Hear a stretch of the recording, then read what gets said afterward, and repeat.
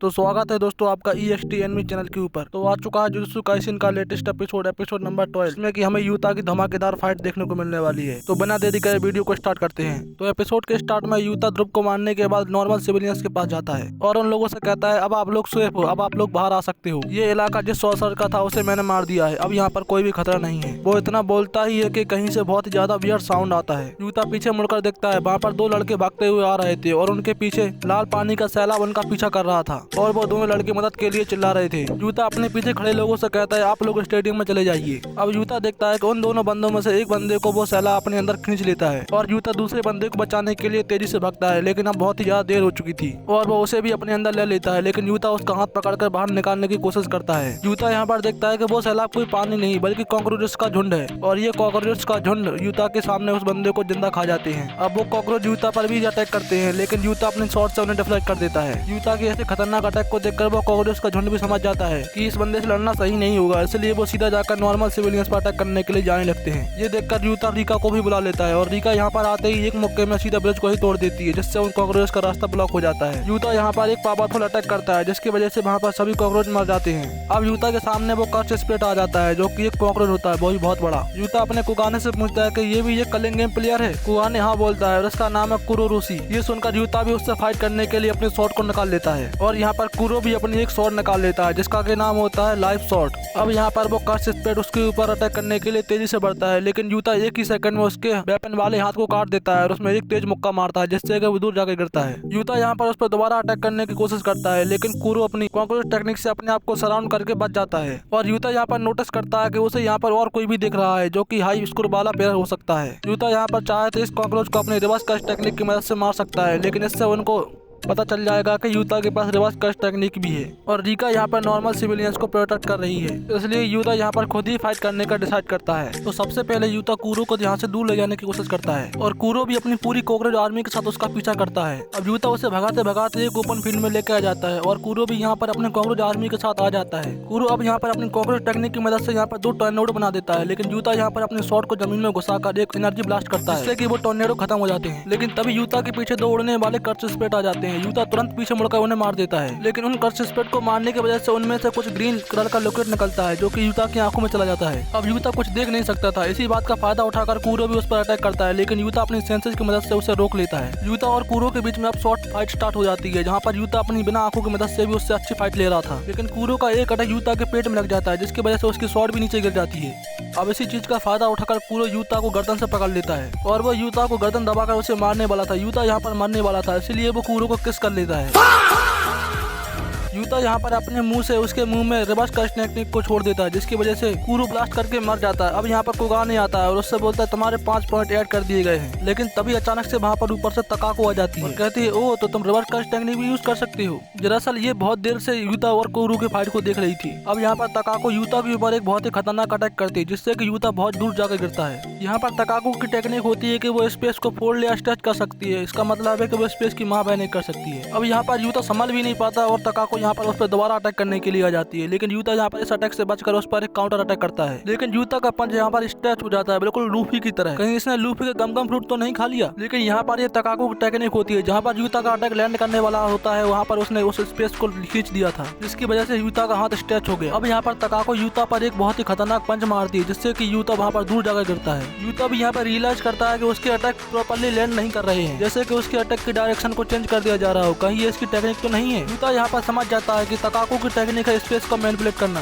जिसकी वजह से वो उसके अटैक के डायरेक्शन को चेंज कर दे रही है। अब वहाँ पर तकाको आ जाती है और यूता से बात करना स्टार्ट करती है कि मॉडर्न सॉर्सर काफी ज्यादा वीक हो गए हैं। यूता भी यहाँ पर तकाको से पूछता है कि अर्धनंगी निर्वस्त्र लड़की तुम लोगों को क्यों मार रही हो। तकाको बताती है कि वो एक एंशिएंट सॉर्सर है जो कि इस गेम के थ्रू जिंदा हुई है, लेकिन इस गेम का मास्टरमाइंड केंजाकू है। अब हम देखते हैं कि यहाँ पर वो दोनों काफी देर तक बातें करते हैं, जहाँ पर तकाको को यूता की कोई बात समझ नहीं आती और उसे उस पर गुस्सा हो आता है, इसीलिए वो यूता की कूलर पकड़कर उसे हवा में उड़ाती हुई बहुत दूर ले जाती है। यूता भी यहाँ पर छूटने की पूरी कोशिश करता है, लेकिन वो यहाँ पर छूट नहीं पाता। तभी एक लेजर अटैक आता है जो कि उन दोनों को इंटरप्ट कर देता है और ये अटैक रियू इशिगोरी ने किया था, जो कि अपने बालों की मदद से एक लेजर अटैक छोड़ सकता है और ये अटैक काफी ज्यादा खतरनाक था। यूता भी यहाँ पर समझ जाता है कि ये अटैक काफी ज्यादा खतरनाक है। वो यहाँ पर अभी रीका की मदद नहीं ले सकता क्योंकि वो अभी सिविलियंस को प्रोटेक्ट कर रही है।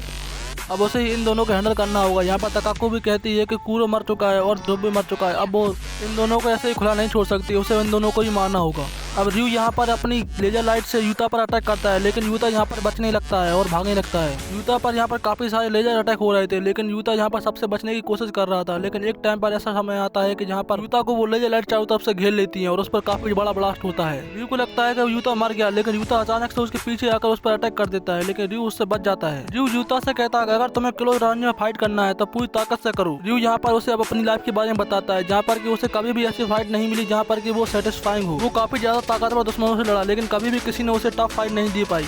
चलो देखते हैं तुम्हारे अंदर कितना दम है, तुम मुझे सेटिस्फाइंग कर पाते हो या नहीं। यूता भी यहाँ पर समझ जाता है कि ये बंदा एक परफेक्ट फाइट चाहता है जिससे कि वो सेटिस्फाइंग हो जाए। वो बस एक ऐसी फाइट चाहता है जिसमें कि उसे मजा आए। अब यहाँ पर उन दोनों के बीच में brutal hand to hand combat शुरू होता है, जहाँ पर कि रयू अपने पंचेज में इतनी ज्यादा कर्स एनर्जी डालकर अटैक कर रहा था कि हर एक पंच एक्सप्लोजन जैसा फील हो रहा था। इसका इम्पैक्ट यूता पर अलग दिखाई दे रहा था। रयू अभी भी यूता से कहता है मुझे वो मजा नहीं आ रहा जो मुझे चाहिए। अब वो यूता के ऊपर एक मैसिव लेजर लाइट का अटैक करता है, जिससे कि यूता बच जाता है। रयू अब उसे एक बिल्डिंग के अंदर ले जाता है, जहाँ पर वो अपनी लेजर लाइट से बिल्डिंग को चारों तरफ से काट देता है, जिसके बाद वो पूरी की पूरी बिल्डिंग यूता के ऊपर ही कोलैप्स हो जाती है। लेकिन सही टाइम पर यूता बाहर निकल जाता है। इसके बाद उन दोनों के बीच में फिर से hand to hand combat start होता है, जहाँ पर यूता उसे चॉक करने की कोशिश करता है, लेकिन अपनी आगे की तरफ लेजर लाइट ब्लास्ट करता है, जिसकी वजह से वो दोनों पीछे खिसके हुए चले जाते हैं और एक दीवार को तोड़कर बाहर निकल जाते हैं। जिसके बाद रयू उससे आजाद हो जाता है और वहाँ पर फिर से एक और लेजर लाइट अटैक छोड़ता है, लेकिन इस बार यूता को एक अटैक लग जाता है, जिसकी वजह से उसका हाथ घायल हो जाता है। वो अपनी रिवर्स कट टेक्निक में से अपने हाथ को हील कर लेता है। रयू यहाँ पर एक टनल के अंदर चला जाता है। यूता को पता होता है कि ये एक ट्रैप है, लेकिन फिर भी वो उसके अंदर जाता है और आगे से बहुत सारे लेजर के अटैक आ रहे होते हैं, जिससे कि यूता अपने शॉट से रोकने की कोशिश करता है, लेकिन उसकी शॉट पिघल जाती है। अब यूता बहुत ही मुश्किल से उसके अटैक से बच पा रहा होता है और वो धीरे धीरे करके आगे बढ़ रहा था, लेकिन रयू यहाँ पर एक बहुत ही ज्यादा खतरनाक लेजर लाइट का अटैक करता है, जिसकी वजह से यहाँ पर पूरी टनल भी जल जाती है। रयू को लगता है कि अब तो यूता पक्का मर गया होगा, इससे बचना नामुमकिन है, लेकिन तभी यूता उसकी उम्मीदों पर पानी फेरते हुए ट्रेन के डब्बे को उठाकर उसमें दे मारता है, जिसके बाद उनकी फाइट दोबारा स्टार्ट होती है। रयू यहाँ पर फिर से अपने अटैक को लॉन्च करने की कोशिश करता है, लेकिन यूता यहाँ पर अपने पंच को उसके बालों में दे मारता है, जहाँ से कि उसकी लेजर निकलती है, लेकिन वो उसके अटैक को ज्यादा देर तक ब्लॉक नहीं कर पाता और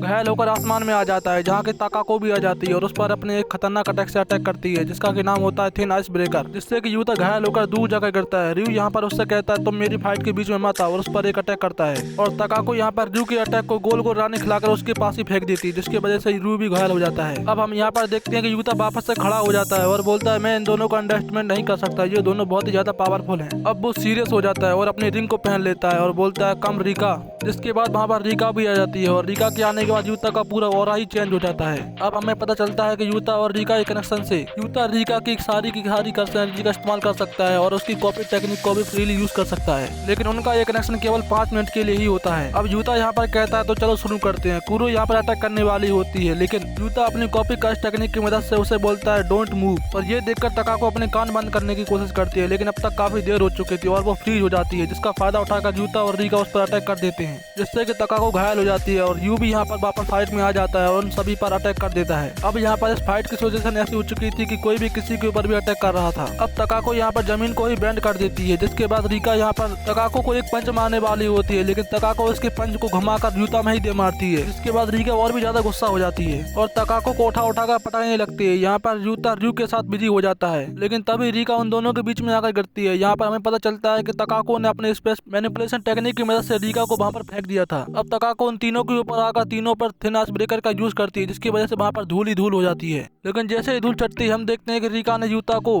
ताकाको की तरफ फेंक दिया था और रीका यहाँ पर रयू से फाइट करने में बिजी हो जाती है। यूता यहाँ पर ताकाको की तरफ छोटे छोटे शिकिगामी को भेजता है, लेकिन ताकाको यहाँ पर उन्हें कुचलकर मार देती है। अब यूता यहाँ पर दिखाता है कि वो कर्स स्पीच का यूज करने वाला है, इसलिए ताकाको अपने कान बंद कर लेती है, लेकिन हम देखते हैं कि उसके बॉडी पर कट्स आ गए। हमें पता चलता है कि यहाँ पर ये ध्रुव की टेक्निक है, जो कि अपने एनिमी की चारों तरफ एक घेरा बना देती है, जिसमें जो भी टकराता है वो कट जाता है। अब ताकाको समझ जाती है कि ये ध्रुव की टेक्निक है, इसका मतलब यूता की टेक्निक कर्स बॉस नहीं बल्कि कॉपी करना है। यहाँ पर हम देखते हैं कि रयू ने अपने मैसिव ब्लास्ट की मदद से रीका को दूर फेंक दिया होता है और वापस छत के ऊपर आ जाता है। अब यहाँ पर उन तीनों ने डिसाइड कर लिया था कि इस फाइट को जल्दी से जल्दी खत्म करना है, इसलिए वो तीनों एक साथ बोलते हैं डोमेन एक्सपेंशन। इसके बाद हम देखते हैं कि वहाँ पर बहुत ही बड़ा डोमेन का स्पेयर बन जाता है। यहाँ पर तीनों के तीनों अपनी पावर को पुश कर रहे होते हैं। बाहर रीका खड़ी होती है, जो कि कह रही होती है कि मिरर यूता को वापस दो, लेकिन तभी एक अनएक्सपेक्टेड चीज होती है। वो कीड़ा जिसका नाम कुरोवोरोसी होता है वो अभी तक मरा नहीं होता, वो अभी भी जिंदा होता है और वो सीधा जाकर डोमेन के अंदर घुस जाता है। एक तो तीन डोमेन का क्लैश और ऊपर से ये डिस्टर्बेंस जिसकी वजह से पूरा डोमेन कोलैप्स हो जाता है। तकाको कुरो को देखकर कहती है ये अभी तक जिंदा है, ये अभी तक मरा क्यों नहीं।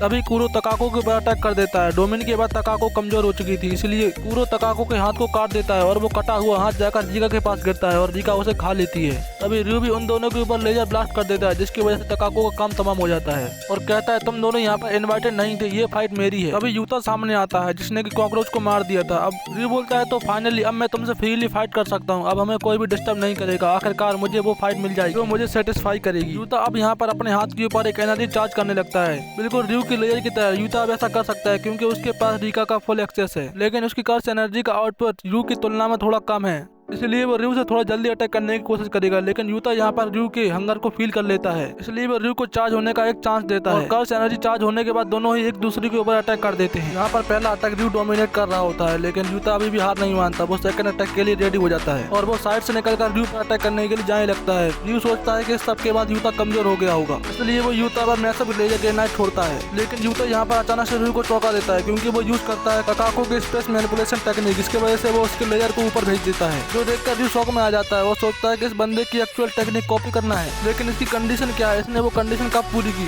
तब रyu को याद आता है कि जब कुरो ने तकाको का हाथ काटा था तो उसे रिका ने खा लिया था, यही इसकी कंडीशन होगी। अब यूता रyu के पास आकर उस पर तेना स्प्रिकर का यूज कर देता है और रिका भी ऊपर से आकर उसको कम्प्लीटली ओवर पावर कर देती है। लेकिन इसी टाइम पर रिका का कनेक्शन खत्म हो जाता है, जिसकी वजह से रyu बच जाता है और रिका भी गायब हो जाती है। यूता अब रिका की कॉपी टेक्निक को यूज नहीं कर सकता। अब यहाँ पर उन दोनों के बीच में फिर से मुक्के लातों की फाइट होती है। कोई यहाँ पर किसी के पेटे मारता है तो किसी के चेहरे पर मारता है। रyu यहाँ पर खुश होते हुए कहता है कि हाँ यही है वो फाइट, यही है फाइट जो मुझे सेटिस्फाई करेगी और मेरी फाइट की भूख को मिटाएगी। यूता यहाँ पर बोलता है कि अब बस बहुत हुआ और उसे कोला से पकड़ लेता है और तभी ऊपर से आकर एक लेजर उसके ऊपर गिरती है और ये वही अटैक है जैसे यूता ने आसमान में भेज दिया था, जिसे कि उसने स्टोर करके रख लिया था और इस अटैक को वो रyu के ऊपर ही रिलीज कर देता है, जिसमें कि यूता के हाथ भी जल जाते हैं। लेकिन रyu यहाँ पर डिफीट हो चुका था। रyu भी यहाँ पर एक्सेप्ट कर लेता है कि हाँ वो हार गया, उसकी फाइट की भूख मिट गई। अब यहाँ पर हम कुछ देर बाद का सीन देखते हैं जहाँ पर रyu लेटा हुआ था और यूता उसके बगल में बैठा था और यहाँ पर वो हील भी हो चुका था। वो यूता से पूछता है तुमने आखिर मुझे हील क्यों किया, मैं तो तुम्हें मारने के लिए फाइट कर रहा था लेकिन तुमने मुझे हराकर मुझे हील भी कर दिया। यूता बोलता है कि मैं किसी को भी ऐसे बिना रीजन की मारना नहीं चाहता। कुछ देर तक उन दोनों की बातें ऐसी चलती रहती हैं, लेकिन फाइनली यूता उससे पूछ लेता है क्या तुम मुझे अपने पॉइंट दोगे। यहाँ पर रyu उससे कहता है तो ओ तुमने मुझे इसीलिए नहीं मारा। यूता बोलता है नहीं ऐसी कोई बात नहीं। रyu फिर भी उसे अपने पॉइंट दे देता है। यहाँ पर यूता अब वहाँ से जाने लगता है और हमें पता चलता है कि उसने तकाको को भी हील करके उससे